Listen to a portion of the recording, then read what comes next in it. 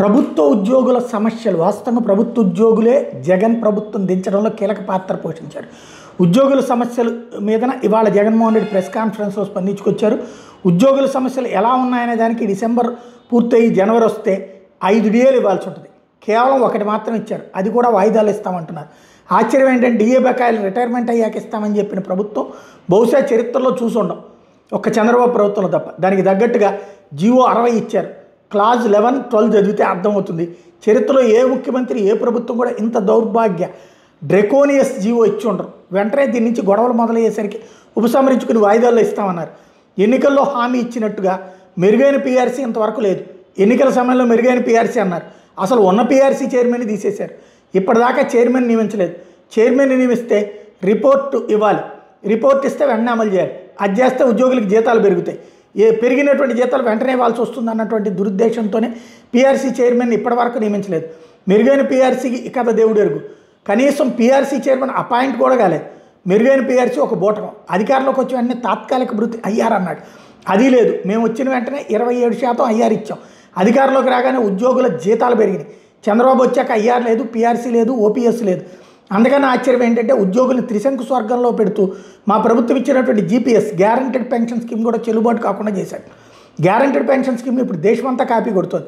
కనీసం అదైనా అమలు చేస్తుంటే దాని బెనిఫిట్స్ రిటైర్డ్ ఉద్యోగులకు వచ్చి ఉండే. పీఆర్సీ బకాయిలు, పెండింగ్ డిఏలు, జీపీఎఫ్లు, ఏపీజీఎల్ఐలు, మెడికల్ రియంబర్స్మెంట్లు, సరెండర్ లీవ్స్, వీటి రూపేణ ఉద్యోగులకు మొత్తం 31,000 కోట్లు బకాయిలు పడ్డాడు చంద్రబాబు. ఆప్కాస్ ద్వారా ప్రతి నెల 1వ తేదీనే జీతాలు ఇచ్చేట్టుగా మా ప్రభుత్వంలో చర్యలు తీసుకుంటాయి. ఆప్కాస్లో ఈరోజు ఒకవైపు సంఖ్య తగ్గిస్తున్నారు. అందరి కాంట్రాక్టులు, ఆలయాల్లో శానిటేషన్ వర్క్ కాంట్రాక్టులే. వీళ్ళకి సంబంధించిన భాస్కర్ నాయుడు, చంద్రబాబు నాయుడు బంధువులు, చంద్రబాబు మనుషులే. వీళ్ళకి ఆ లేబర్ కాంట్రాక్ట్ వర్కులు ఆప్కాస్లో ఒకవైపు నెంబర్లు తగ్గిస్తున్నారు.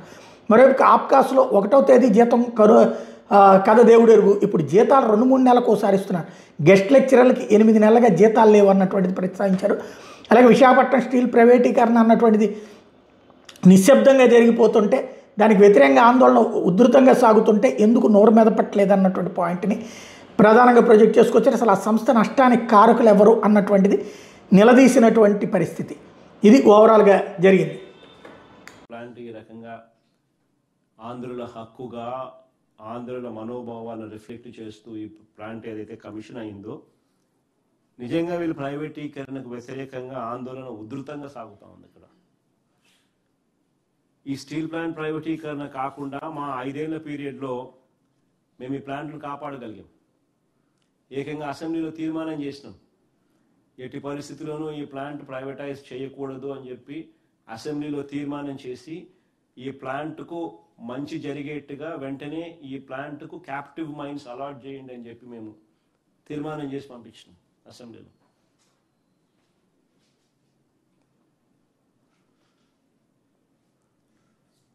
మా 5 సంవత్సరాలు ప్రైవేటీకరణ జరగకుండా ఆపగలిగాం.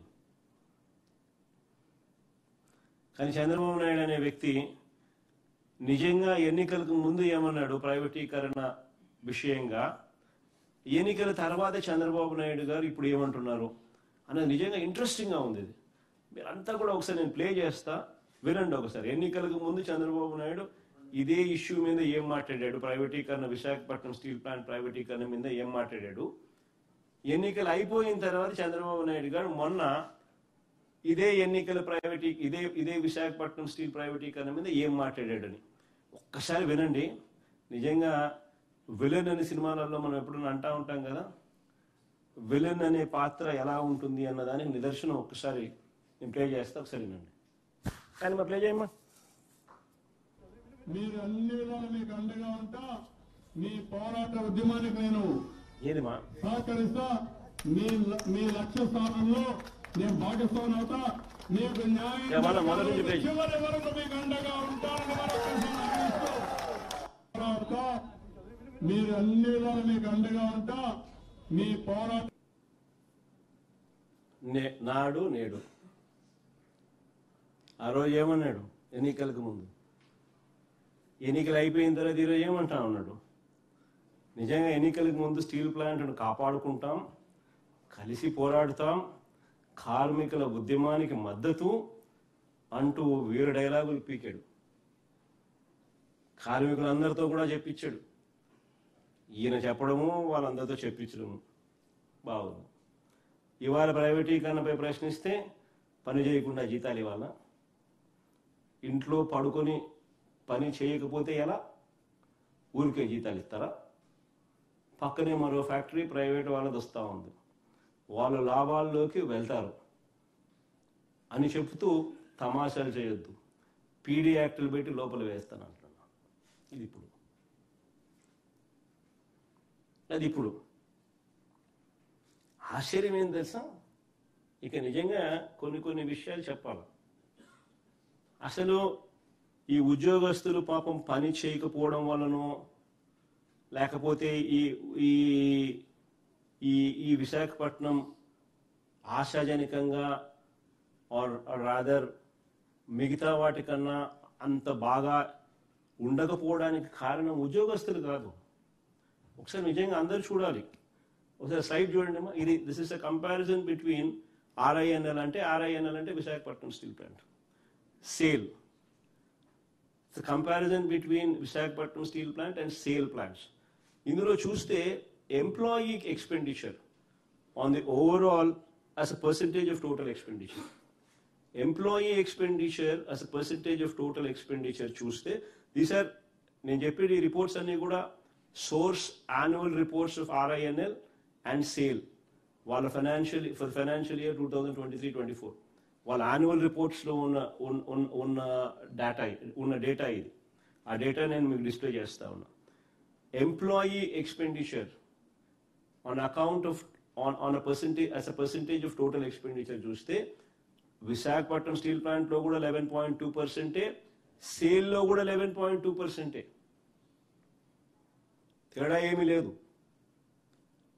వీళ్ళకున్న సేల్స్ లో రెవెన్యూస్ లో ఎంప్లాయీ ఎక్స్పెండిచర్ 11.2%. కానీ సేల్ ఎందుకు ఇంకా బెటర్గా ఉంది రిజల్ట్స్, ఆర్ఐఎన్ఎల్ రిజల్ట్స్ ఎందుకు, విశాఖపట్నం స్టీల్ ప్లాంట్ రిజల్ట్స్ ఎందుకు బెటర్గా లేవు అంటే కారణం ఐఎన్ఓర్. సేల్కు క్యాప్టివ్ ఐఎన్ఓర్ మైన్స్ ఉన్నాయి. ఇన్ఫ్యాక్ట్ అది చూస్తే అక్కడ కమెంటరీ చూస్తే extracts from SAIL annual report 2023-24 చూస్తే ఆ రా మెటీరియల్స్లో during the financial year 2023-24 total requirement of iron ore was met from captive sources.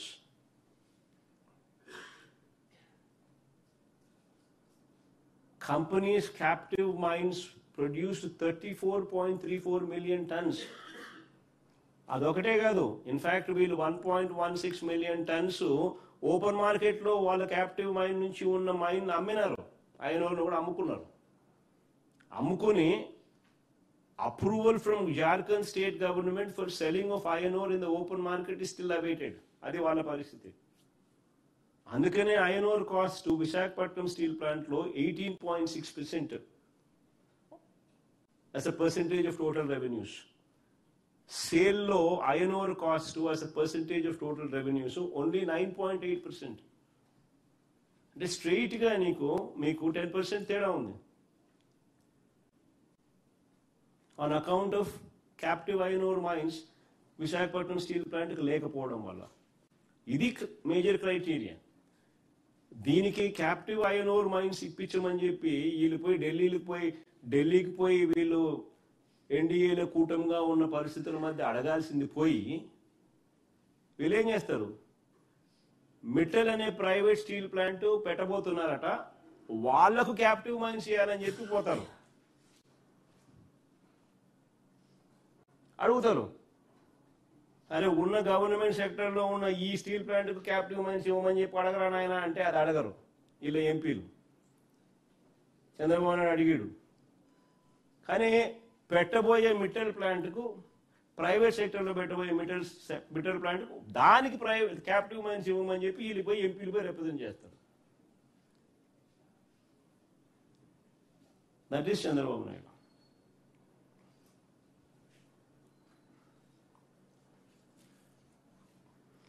Next topic లేకపోదాం.